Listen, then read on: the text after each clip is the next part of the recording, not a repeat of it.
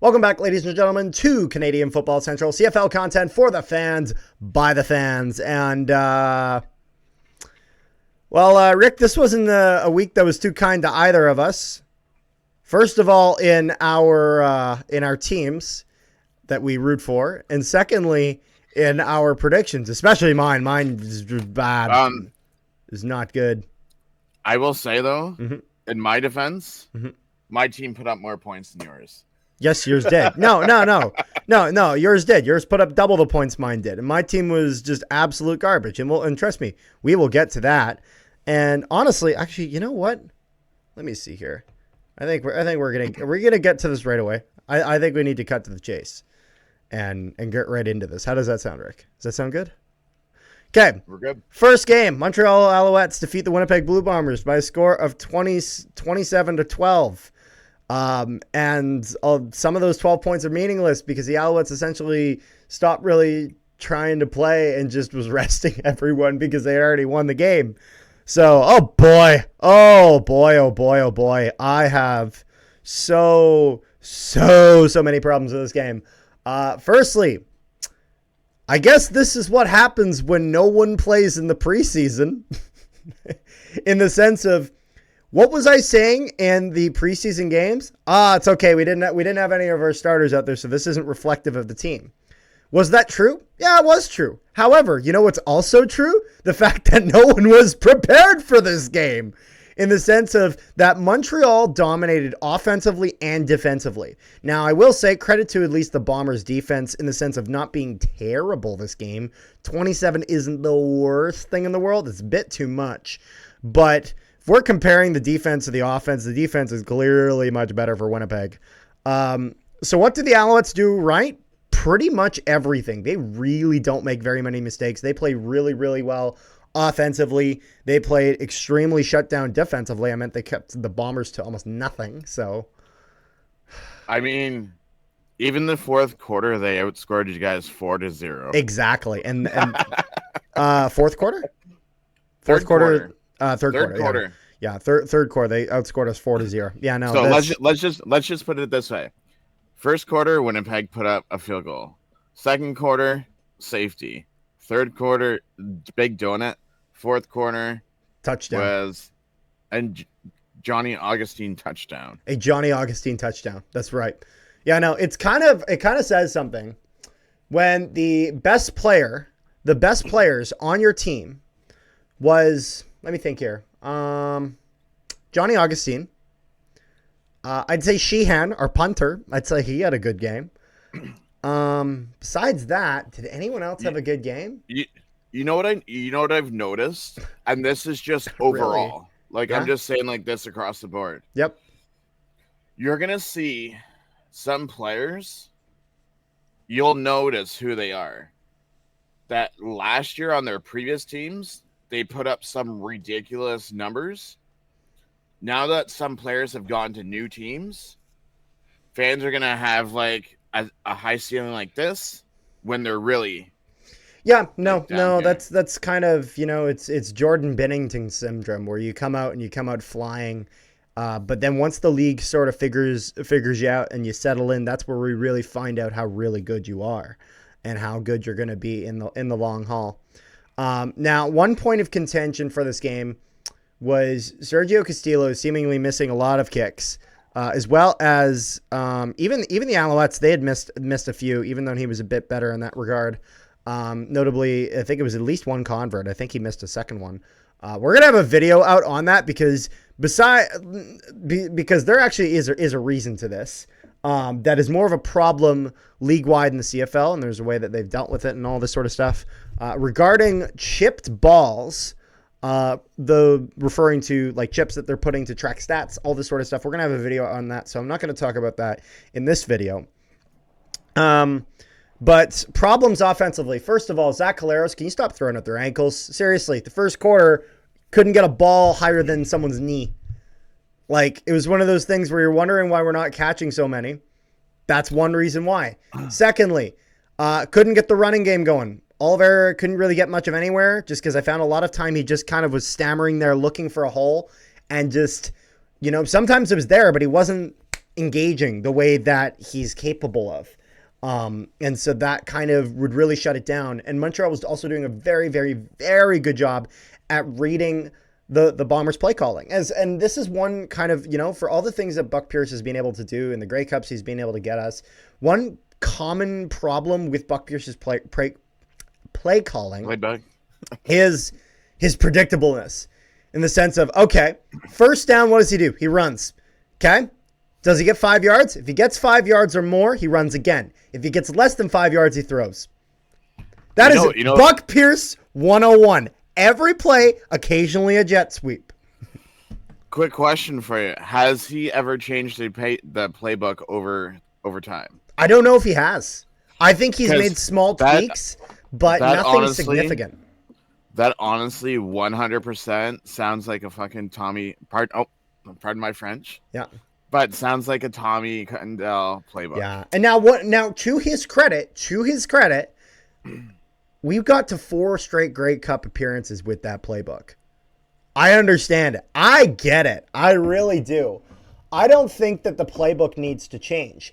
I just think you need to have a few extra plays on the side that you don't really use. But if the game starts going south and we start needing to get a little more bold, we can pull that out. And so I think there was, for all for how much I love this Winnipeg Blue Bombers coaching staff, this was not a great coach game. Really wasn't. There was a lot of issues with this. And one of and so I'm just going to kind of go through some more problems.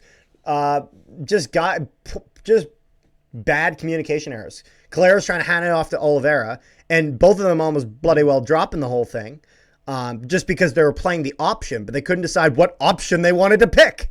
You guys got to figure it out a little bit in that regard. Now, again, for the kind of a little bit of, talking a little bit of smack about Collaros, I love Collaros, but about some of his issues earlier in this game, I think this was probably his worst game as a Blue Bomber, no offense. And I still think he's, one of the best players in the CFL, if not the best player in the CFL. Still believe that. Everyone has their off games. But it's not even like the receivers were doing really great either, because the amount of times later in the game, once Zach Collaros actually got going and was actually starting to play quite well, the amount of times where, and this will go a little bit into the play calling, Zach Collaros swings out of the pocket, he looks for an option, okay? Nothing. No one's open.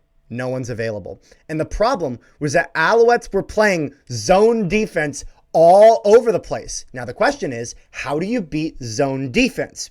Flood the zone. You put multiple receivers in an area to force the defender to have to pick one guy or the other. You can't do that if no one is near each other. And so commonly, Zach Collaros was having this issue where he just couldn't find guys that were open. And so that was kind of an issue. And then another issue, just one last issue for the Bombers on the defensive side of things. For the love of God, can somebody please cover Tyson Philpott? My goodness. It's like the whole game, we were just... He missed once. We were watching Tyson Philpott just taking everything. 10 receptions, 2 touchdowns, 141 yards for Tyson Philpott. And it was one of those things where he seemingly was catching every ball. Watching that game, the guy with the next number of receptions is Tyler Snead with 2 receptions. 2! You know what, though? I think Tyson Philpott will be the next Austin Mack. Absolutely. There's no question about it. And you know what also makes that easier? When no one covers him. No one covers him. And I absolutely agree. Tyson Philpott is an incredible receiver. He is. And he showed that. He absolutely showed that. However, what cannot be denied is the Bombers are also shooting themselves in the foot so many times and always and refusing to play any level of man defense to cover Tyson Philpott. The funny thing is like I'm sitting there, I'm watching TSN and everything for the next game. Yeah. I don't want to go too much longer on this game. We got other games covered. No, I'm just going to say this, then we'll go into the next one. So then TSN says Tyson sent a message to his brother, who's in the next game, and talking smack. He's like, and Jalen's like, well, you can do 140. I can do 140. It's like, Jalen, you never played last year in your rookie year. Like, you got a lot of catching up to do, my friend. Yeah, we'll see. If he's gonna say that, we'll see how that goes. But overall, an absolutely disastrous game for the Bombers. However, it's one of those things. At the end of the day, everyone's saying, "Oh, poverty franchise, this team's going nowhere." It's one game. It's one game. Bombers got to get past it, get behind it. They were finally able to start getting going near the end of the game, even with some of their starters in. Even like a little bit, even before they started pulling those guys out, they were able to start getting something going.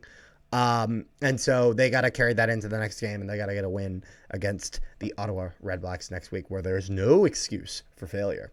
However, we got our next game on the list, a game that concerns you, where the Calgary Stampeders defeated the Hamilton Tiger Cats by a score of 32-24. Hamilton with a bit of a fourth quarter resurgence after a not-so-great third quarter.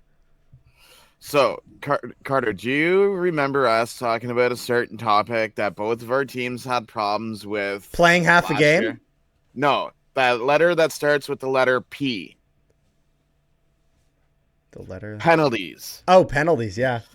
Do you know what we bloody started this game with? What did you start this game with, Rick? Not even a kickoff yet, and we already got a freaking penalty in the game on the first bloody play. Ouch. It was a too many men, and you would think that these people would know how to count, but at least Milanovic owned up to it and said that was on me. Secondly, he gave the R-Truth response. This one's on me, guys. This one's on me. Secondly, where the heck did you guys find Boudreau? Boudreau? Paul Boudreau? Oh, yeah? Your former special teams coach? My God. His cover schemes on special teams is so painful to watch. Yeah, I'm not crazy about it. So, first half of the game, it wasn't going great. Bo would overthrow players left, right, and center. Yeah, I see. Because the thing about Bo that I do see, I saw he went 27 for 38. So, I mean, 300 yards, one touchdown, one interception, just kind of run of the mill in that regard. So, like, Tim White dropped 2, and one of them he is wide open in the end zone, or 2 of them could have been touchdowns. Seymour Bridges dropped a couple. Yeah, I saw he led your team in receptions and yards. 7 receptions. And let me tell you, 85 yards. Also, by the way, I'm glad to see that you guys really used Brendan O'Leary Orange. 4 receptions, 62 yards. That's where I was going next. Yeah. He needs 49 more yards to beat his record last year. For most in a game, or in last year's season, he needs 50 more to beat that. Oh, he can do that. And then he also needs 150. You guys are getting more usage out of him than we ever did. And then there's another 150 more yards to set a new career high in yardage. Oh, wow. For Brandon Larry Orange. But, yeah, I saw that. One if we are going to talk about someone who was consistent, even if we look on the Calgary side of things, my goodness, Rene Paredes, 6 for 6, including a field goal from 52 yards out. So kicking game definitely in favor of Calgary there. My goodness, what a performance from him. You know who else? Leggio went 3 for 4. There was another player on their game. Oh yeah, and who was that? His name is number 9, James Butler, with 119 rushing yards on 11 carries, average 9.2. That is really good. There is a point in the game where it's just like one rush after another rush, and it's like they can't stop him. Yeah, if they can't stop him, you can't. It'd you might be as well. Real awesome if a certain Brady Oliveira did that. He's sure is bloody well capable of it. And the interesting thing is, Bo Levi Mitchell. He rushed for 36 yards. That's the most yards he's rushed in his whole CFL career. Really? Scott Milanovic has got him running a bit. I mean, he on only 3 rushes got 36 yards. Pretty damn good for a quarterback.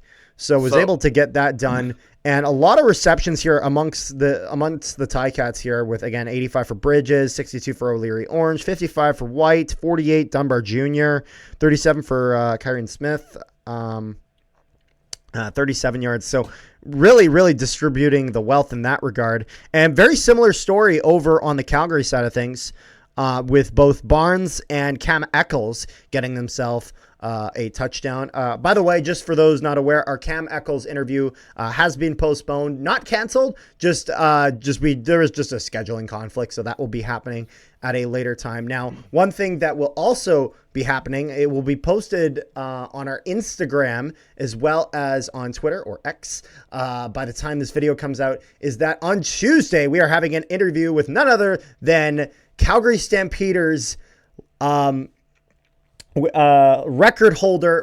record holder for most tackles in a season, Micah linebacker for the Calgary Stampeders. Very, very happy to be able to have him on. So if you have any questions for him, comment that down below in the comment section here, or check out our Instagram or Twitter and X, and we will be glad to feature some of those in our interview. So figured I'd mention that.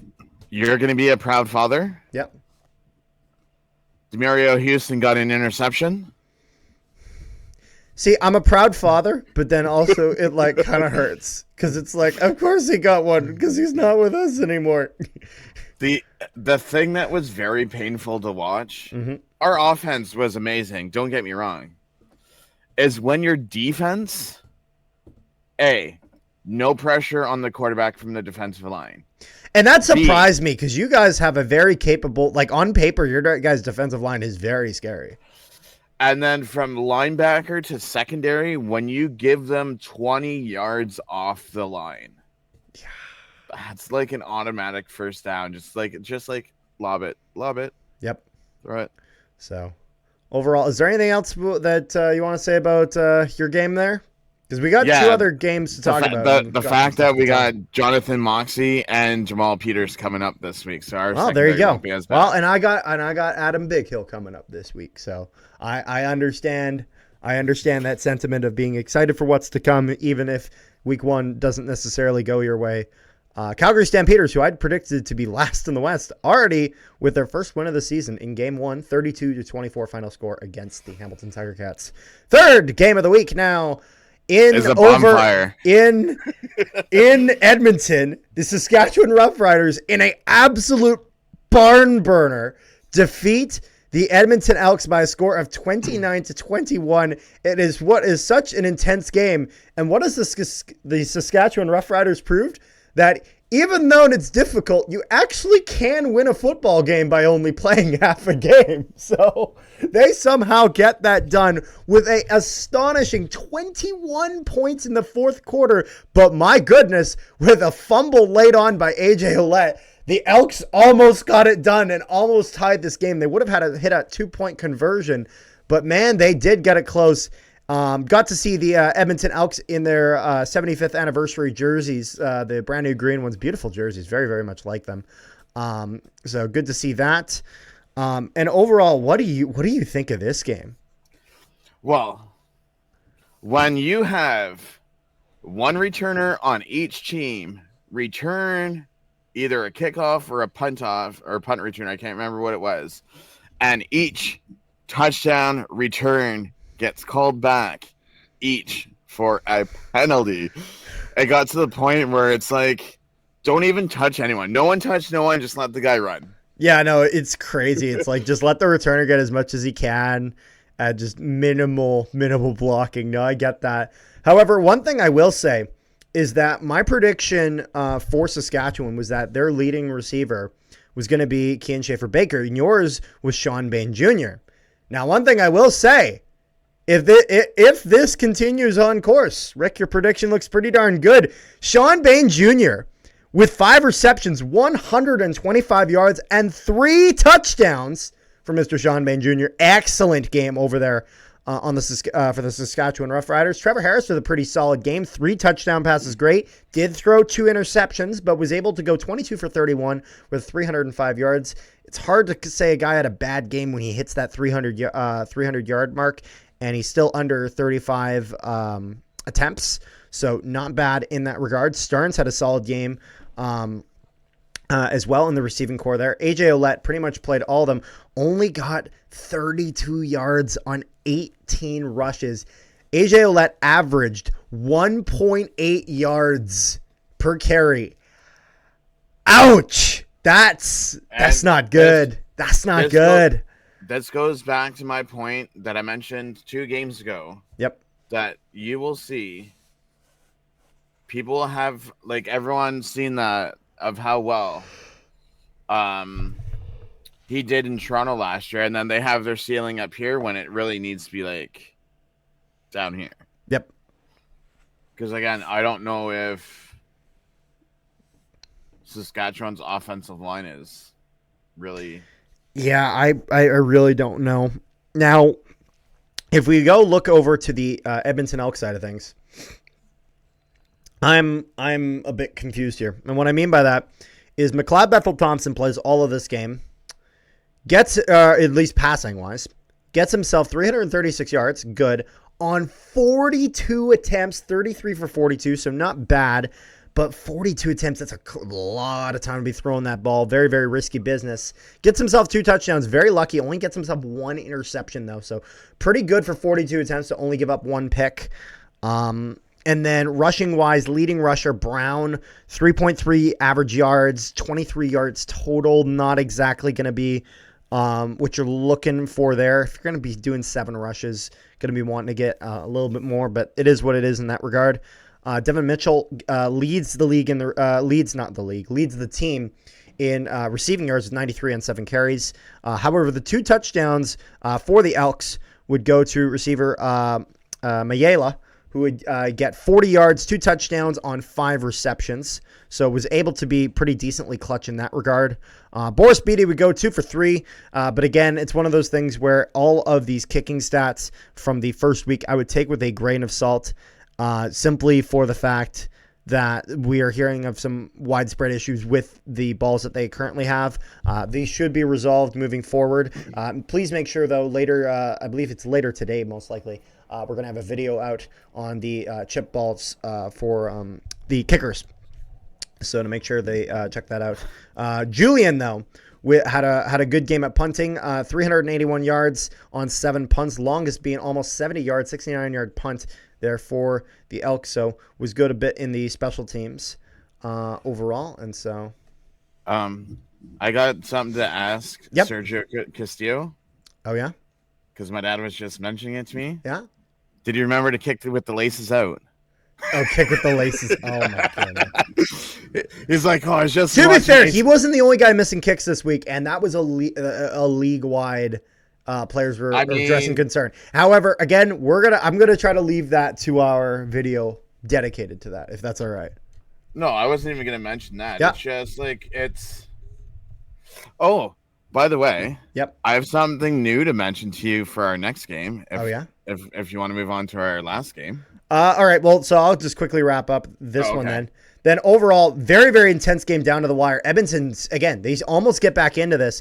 But at the end of the day, if you're going to give up 21 points in the fourth quarter, even if the other team plays half a game, it's hard to win that game when you give up that much in such a small amount of time. The Saskatchewan Roughriders defeat the Edmonton Elks by a score of 29-21 on the road to get themselves their first win of the season. Probably feels pretty good for Rider fans to be above the Bombers in the standings temporarily. We will see about that. But that is that. We'll get into our last game of the week, which is the Toronto Argonauts defeating the BC Lions by a score of 35-27, which had the, oh my goodness, what a second quarter. Holy shit. So here's the thing. Yep. So Toronto got the first touchdown. Mm-hmm. Their kicker missed the extra point. BC got a touchdown. Then BC's kicker missed the extra point. Mm-hmm. Then they got another touchdown, so it was 13-6. Mm-hmm. They got a pick 6. So at the end, before Toronto scored any points, it was 20-6. Everyone thought the game was over. And then And then Like, it there starts was to like swing in the Argonauts' favor as they'll then pick up 10 there was points no in that pressure. second quarter. There was no pressure on Dukes. And that's the thing. It's one of those things where if a team rolls over and doesn't do much, it's... Here is my thing that I was just going to mention. So, you remember how last year I was made fun of Cody Fajardo and Dustin Crum? Mm-hmm. Vernon Adams was sacked 6 times in this game. So he's the new sack leader for now. Oh, boy. 6 sacks given up. Bit of a yikes. Now, one thing I think needs to be highlighted. Cameron Dukes, 21 for 27, 254 yards, 3 touchdowns, no interceptions. Or what is it with the Toronto Argonauts taking a backup, making it a starter, and making it work? So I'm impressed. It actually was not a pick six. It was a fumble recovery touchdown. Fumble recovery touchdown by Cameron Dukes. I see. But, I mean, and that was 3 touchdowns throwing, 1 rushing for Cameron Dukes. What a crazy turn of events. As he would also get himself 37 rushing yards. So here's the way that I look at things. Okay, So you take AJ Ouellette. Yep. Who can run and block. You have Kadeem Carey. Yep. Who can run and receive, but doesn't block. Yep. You got 2 different running backs. Know what I mean? Yeah, like although AJ Carey was more successful than AJ was. Yeah, although I was going to say, but they don't have AJ Ouellette anymore. Unless... No. You're just comparing them in general? Or? Yeah. Oh, okay. I see, comparing, because last year AJ used to be able to block. So, like, AJ's kind of like a blocking back, and then he can rush. Whereas Kadeem Carey is a rusher, but then can also play a little bit of receiver too. Yeah, I know. And then he had 105 all-purpose yards. Yep. And the Toronto Argonauts, man, they look good in the sense of that. Dukes had a very good game. If we look at Janarian Grant, all his returner stats as a kick returner, as a punt returner, exactly what I expect from a guy like Janarian Grant. 92 yards on 4 kick returns and 43 yards on 3 punt returns. So definitely pretty solid in that regard. Brissett, Kadeem Carey, as well as Rasheed Bailey would all get themselves a touchdown, with Brissett going for 52 yards on 3 receptions, Rasheed Bailey on 50 yards on 5 receptions, and Kadeem Carey going 40 yards on 4 receptions. And again, it was one of those things where they really started to kind of share the wealth in their receiving core. And this is something that Toronto's done very, very well and has kind of led to their success in the sense of that certain teams, Bombers have been a team that's been a victim to this. The Alouettes might become a victim to this with the way that Tyson Philpott's playing, is that when you have a receiver that really, really sticks out, defenses will cater to that, and that can kind of harm your offense in the sense of the guy that is really that crowning jewel. You have to really rely on that depth underneath him if the defense is focusing their coverage onto that star player. You then at that point have to say, okay, everyone who's left, how good are they? And that's one thing that the Argonauts have done a good job on, is just really, really distributing that ball. And Cameron Dukes does a good job of it. So for all the doubts I have about Cameron Dukes, still don't know how good that longevity is. Very, very good first game for him. So credit to him. Now with Hatcher on the 6th game. Yep. Lucky White had gone. Yep. So you have 2 out of the 5, and then you had McInnes, Hollins, and Katoy from last year. You're talking on the BC Lions side of things, yeah. Yeah. Katoy only had and 2 Dominic receptions. Rhymes is gone. Oh, yeah, and Dominic Rhymes. So Katoy only had 2. Yeah, kind of shocking. Hollins got 8 of 13, and McInnes got 7 out of 10. Yep. Like, you can tell, BC's receiving core is not the same. It's not. It's still very much capable, but they weren't really able to take full advantage of it. Although I will say 363 passing yards for Vernon Adams Jr. is nothing to fret about. But McInnes and Fulgham were able to at least get their a touchdown apiece. And and this is one of those things where the receiving core is still good. The main problem here is that it's just not. It's not. Because they were up here, now they're like down here. Like, they absolutely are. There's no question about that in that regard. The other thing that I was going to mention was, last year it used to be Menard and Betts leading that defensive line. For BC. Betts is gone. Menard's in Hamilton. You can tell. That their defensive line is. This was a worry. And their offensive line was just as bad. They weren't able to just. If they gave up 6 sacks, that says something about the performance of them as a whole. But the BC lines, the problem here is that putting up a big fat donut in any quarter is really, really going to hurt you. And they do that in the first quarter. Even though they have an incredible second quarter and really, really able to drive back, they're not really able to replicate that success for the rest of this game. They're able to pick up 3 and 4 points in the third and fourth quarter, but only picking up 7 points in half a game. Not what you're looking for, especially when Toronto is going to play consistent for the rest of this game. Puts up 6 points in the first, but then able to consistently put up 10 points in the second, third, and fourth quarter, and just slowly wearing down the BC Lions to eventually win this game by a score of 35-27. Up until the third quarter, when they scored that last touchdown, it's like Toronto scored, BC would score. Then once BC was up, Toronto would score. Then BC would go up, Toronto would score. Eventually, it would be tied.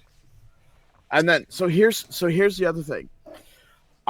Don't quote me on it. I think. Did you watch any of the game or no? This game?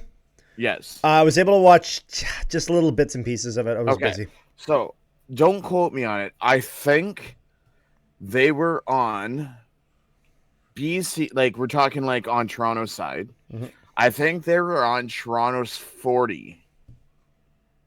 Maybe if you went back 5 yards to kick a field goal, it was the 45. I see. So instead of kicking a field goal and going up 2 or 3, Flintoff comes in and kicks a ball out of bounds, out of the end zone, and gets 1 single point. I see. Like, is it like that you don't have faith in your kicker to kick a 40-yarder? And it's like...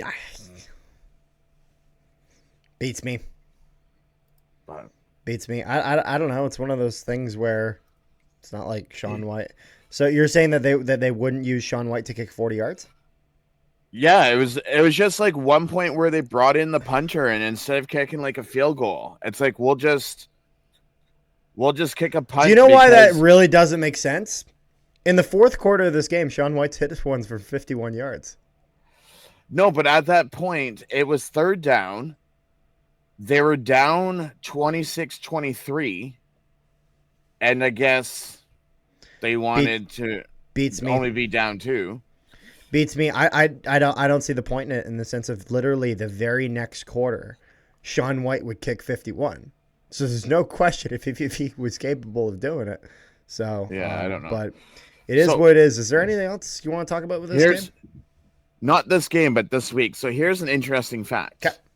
So from rank 1, Vernon Adams, he had 363 to rank 6. 252 yards. That's how much yards were thrown. Oh, wow. In week 1. Like there's only 3 quarterbacks over 300, 6 quarterbacks over 252, and then there's Zach Claros with 209. Was it 209 on yours? That's it's 209. 209 was the okay, then the stat that I'm looking at must be wrong, just because it has it listed at... Oh, no, I see the issue with it. Yeah, no. The stat I have listed on mine is definitely wrong, because I have 254, but that actually looks like they accidentally forgot to change it. And then that was with Cody Figueroa's, right? Cody Figueroa is 254, right? I believe he does.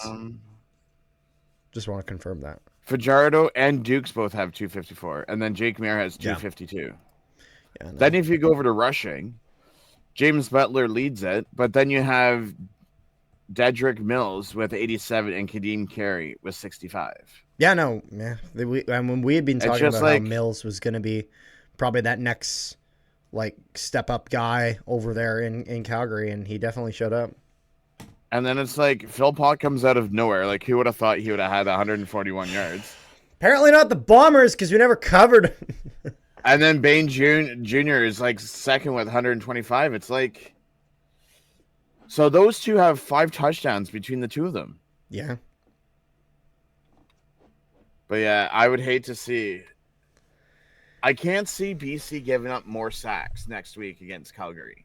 Well, we'll have to see, because there's going to be a lot to talk about in that regard. Are you guys on the road next week? Or are you guys at we're home? on the road. Oh, I was gonna say Drew Brown's return, but you guys are on the road, so you guys will get. Yeah, your first and of course taste the of Bombers Drew are going to have no film to work off of, because that's the way that goes. It is what it is. Overall, exciting week of football for people that are not me, in the sense of my team just put up just an absolutely bad performance. Your team didn't get the W. It was better than my team, at least. But hopefully that will get improved. The old Bo Levi Mitchell has been arisen from the grounds. There you go. Well, that's all you can hope for if you're a Ticats fan, to be fair. So, overall, a lot of crazy football this week. Probably going to be a lot of crazy football this coming week. So make sure you guys tune into that. Again, interview with Mike Oz is going to be happening we're conducting the interview on Tuesday. That interview will go live on Wednesday. So just make sure you guys, if you have any questions for that, leave that in the comment section down below. And all of that jazz. Video on Chip Ball is going to be coming out later on today. And is there time for Carter to rebound from his 1-3 start. Yeah, exactly. We're gonna need to put up some better predictions. But it is what it is. Good thing you didn't bet any money on it. Yeah, well, I bet money on the season pick'ems. So it was a $20 pool, but it's the whole season, so we'll see. Oh, okay. So it is what it is. Make sure you guys like, share, and subscribe if you have not already, and we will see you guys next time. Touchdown!